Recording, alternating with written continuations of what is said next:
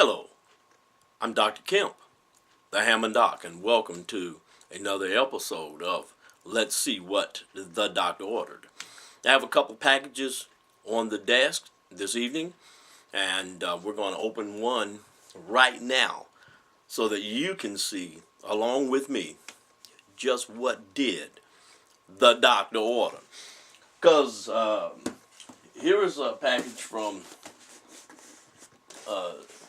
Tempe, Arizona, and it's from a company out there that I order a lot of stuff from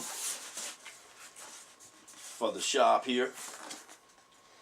And so let's go ahead and crack this box and see what the doctor ordered from this company in Tempe, Arizona.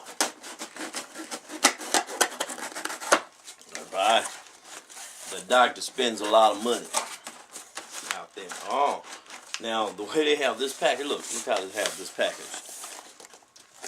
So they have the box right here with the contents, and then this, which looks like, well, I was going to say packing material, but there's some more stuff under here.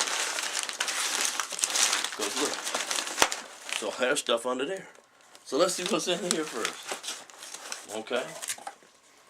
Let's see what's in this little box. Oh, okay. This is a Leslie lower slow motor. I wanted to try this is a new slow motor. So I wanted to try it out. See what it's going to be like.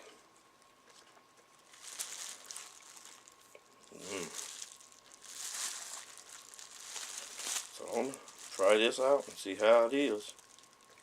Alright. I sure need, I need more of those. If that one works, well, I'll buy more. Because I have motors in my shop without slow motors. What else do I have here?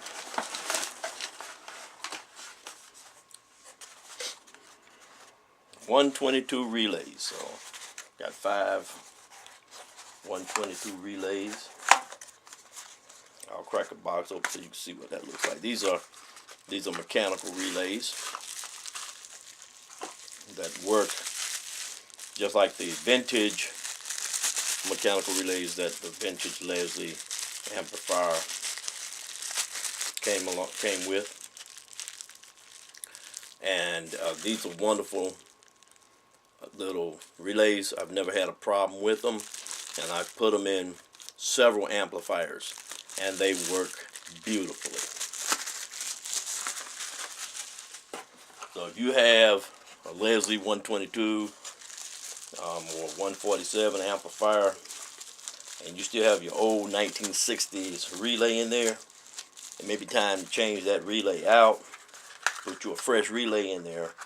Just make sure that you get the right one, because they make them specifically for the 122 family and then specifically for the 147 family. So make sure you get the correct relay for your Leslie amplifier.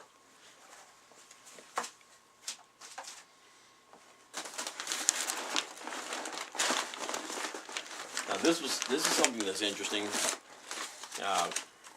I have one of these in the shop, and I saw it in the catalog, and it was only $5. And I like the one that I have in my shop so much that I went on ahead and spent $5 to buy another one so that I could have it with me when I go out on calls. And let me go ahead and take it out of the bag so that you can see what this is. They go by a variety of names. This is called a Helping Hands Magnifier. I've heard it called double hands and dual hand magnifier, dual hand support, and so forth and so on. But let me show you. This is what it looks like once it's pulled together here.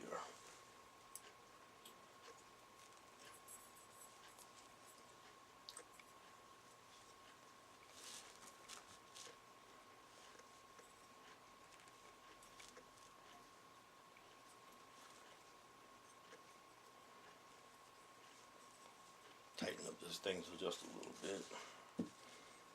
Okay, this is it. And what I use this for, and what it's great for, is for holding wires during soldering. So I turn this around like this.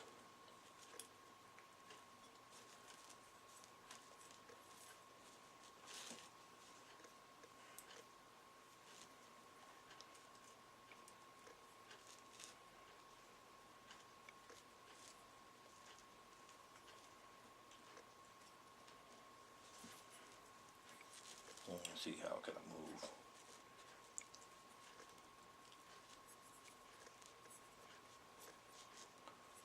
Well, the mirror, I have to give me a driver to move that mirror. This mirror don't want to move. Anyway, so yeah, it sits like that, and I put the wire in between there, cross like this. Open these, and then I can solder right here. All right, like two wires together. After I twist them together, and I want to solder them, of course I put the little shrink tubing on to one side of the wire, and then I solder them together. Take that little shrink tubing, slide it over the naked part, the exposed part, and then use my hot gun, my heat gun, to melt that shrink tube right over that exposed wire. So that's how I use this. All right, and as I said, I wanted to have a second one for my calls when I do service calls, and so it's a nice little instrument to have, and it only cost me $5, so that's not bad at all. All right, so let's see what else we have in the box.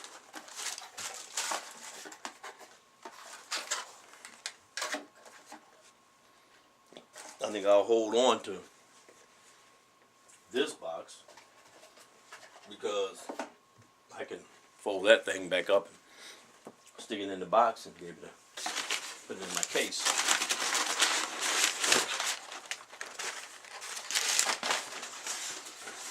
All right, let's see what else is in this box now. Okay, there's so much stuff in this one box that I have a couple. Let's see what the doctor ordered videos. I'll make a couple. Let's see what the doctor ordered videos off of it.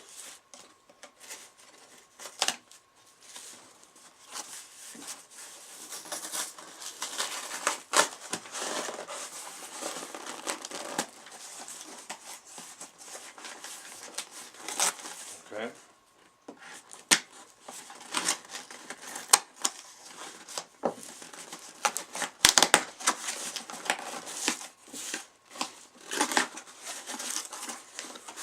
Well, good stuff in here.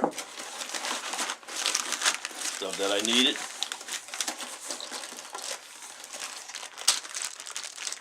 These are volume potentiometers for Leslie 122 amplifiers. That's what these are. Volume pots.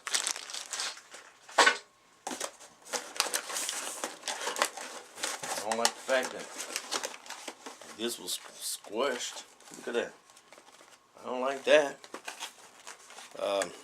That was bent in there like this. I hope that it didn't affect the tubes that's in here. They didn't arrive broken. And These are 6550 WEs. Tech, made in Russia. And I like to keep a pair of this type tube on hand with this specific shape, because not all Leslie's can handle the placement of a tongue sole. I'm a tongue sole fan. I'm into the tongue sole tubes. This is a tongue sole tube. This is what I use. This is a vintage tongue sole tube, and this is what I use in all of my personal Leslie amplifiers. But I also sell the new tongue sole tubes as well. Let's see if I have one over here. Yes, here's one. See, this is a new, brand new tongue sole tube.